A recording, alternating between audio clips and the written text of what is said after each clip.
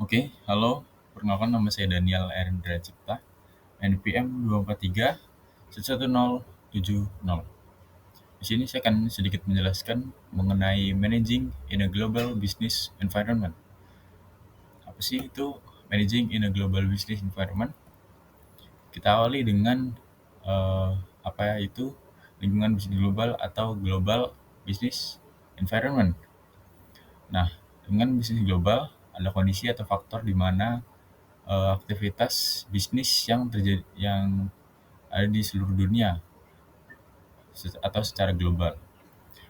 Nah, bisnis global ini termasuk aspek ekonomi, politik, sosial, dan juga teknologi yang ada di dalamnya.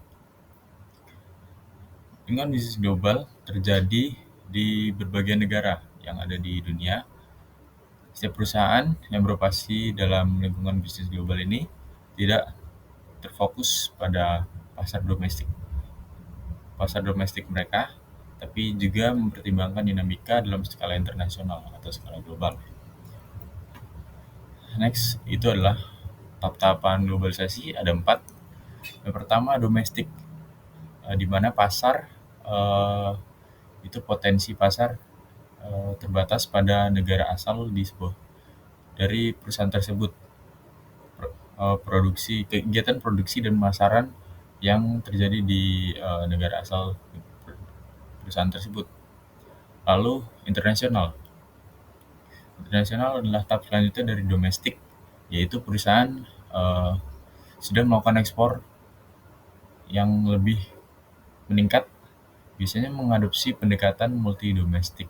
Internasional itu biasanya eh, di luar dari negara asal perusahaan tersebut.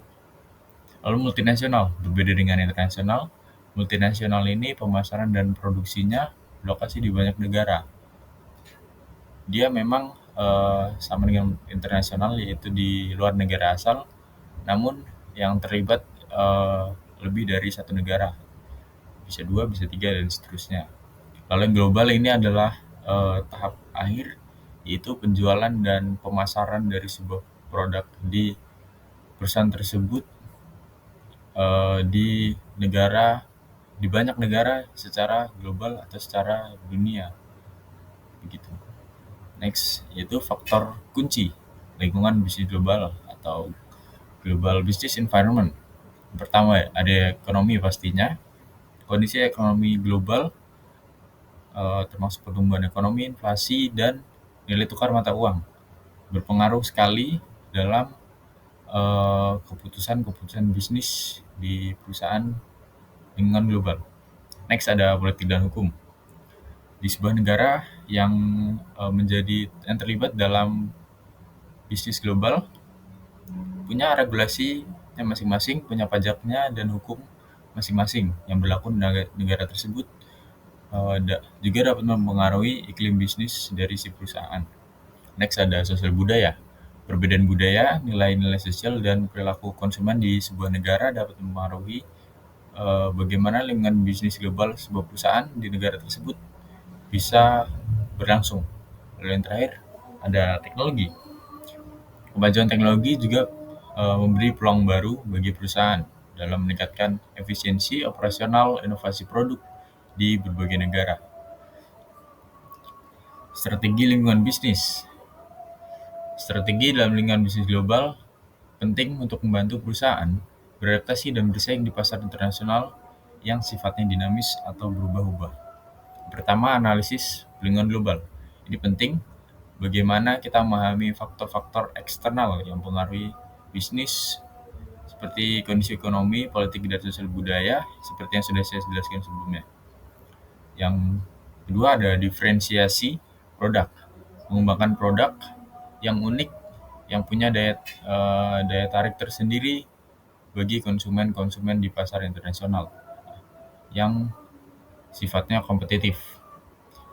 Lalu yang ketiga, ada inovasi berkelanjutan. Perusahaan berinvestasi dalam penelitian dan pengembangan untuk menciptakan sebuah produk baru dan meningkatkan yang sudah ada agar tetap relevan bagi para konsumen di berbagai negara di belahan dunia. Yang keempat, ada kemitraan yang strategis. Membangun kemitraan juga perlu untuk dilakukan sebuah perusahaan dalam membangun lingkungan bisnis global agar memperluas jangkauan pasar dan menyikapi bagaimana berbagai risiko yang akan terjadi. Lalu ini adalah strategi meski lingkungan bisnis global. Ada exporting, yaitu mengekspor barang, licensing, dan juga franchising, joint venture, acquisition atau akuisisi, lalu greenfield venture. Yang terakhir ada tantangan lingkungan bisnis global. Pertama pastinya ketidakstabilan ekonomi. Lagi-lagi ekonomi menjadi sangat berpengaruh di lingkungan bisnis global. Fluktuasi ekonomi global dapat mengaruhi daya beli konsumen dan biaya operasional perusahaan, sehingga si perusahaan perlu terus-menerus beradaptasi dengan cepat untuk bertahan di ketidakstabilan ekonomi yang terus berubah-ubah. Yang kedua ada kompleksitas regulasi. Setiap negara punya regulasi perdagangan yang berbeda di masing-masing negara. Itu contohnya termasuk tarif atau standar produk. Perusahaan harus memahami dan mematuhi peraturan ini agar sangat penting untuk menghindari sanksi hukum yang bisa menjerat mereka sewaktu-waktu. Yang ketiga ada perbedaan budaya dan referensi. Lagi-lagi budaya juga mempengaruhi lingkungan bisnis global suatu perusahaan di sebuah negara.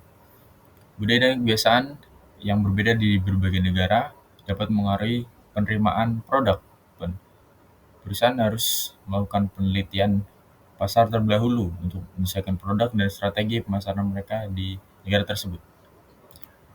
Kesimpulannya, sebuah lingkungan bisnis global ini bagaikan sebuah arena yang kompleks dan dinamis, dipengaruhi oleh banyak faktor seperti ekonomi, politik, sosial, dan teknologi tadi. Proses globalisasi ini menciptakan pasar yang lebih terintegrasi dan pastinya kompetitif antar perusahaan. Keunggulan kompetitif ini juga jadi cukup penting bagi perusahaan sehingga mereka mampu menawarkan produk dan layanan yang lebih berkualitas serta inovatif dalam memenuhi harapan konsumen di pasar internasional. Adanya pemahaman bagi perusahaan dalam mendalam tentang dinamika lingkungan bisnis global dan juga penerapan strategi yang juga adaptif, perusahaan dapat meraih kesuksesan dan mempertahankan posisi mereka di pasar internasional. Sekian yang bisa saya jelaskan mengenai materi Managing in a Global Business Environment. Akhir kata saya ucapkan terima kasih.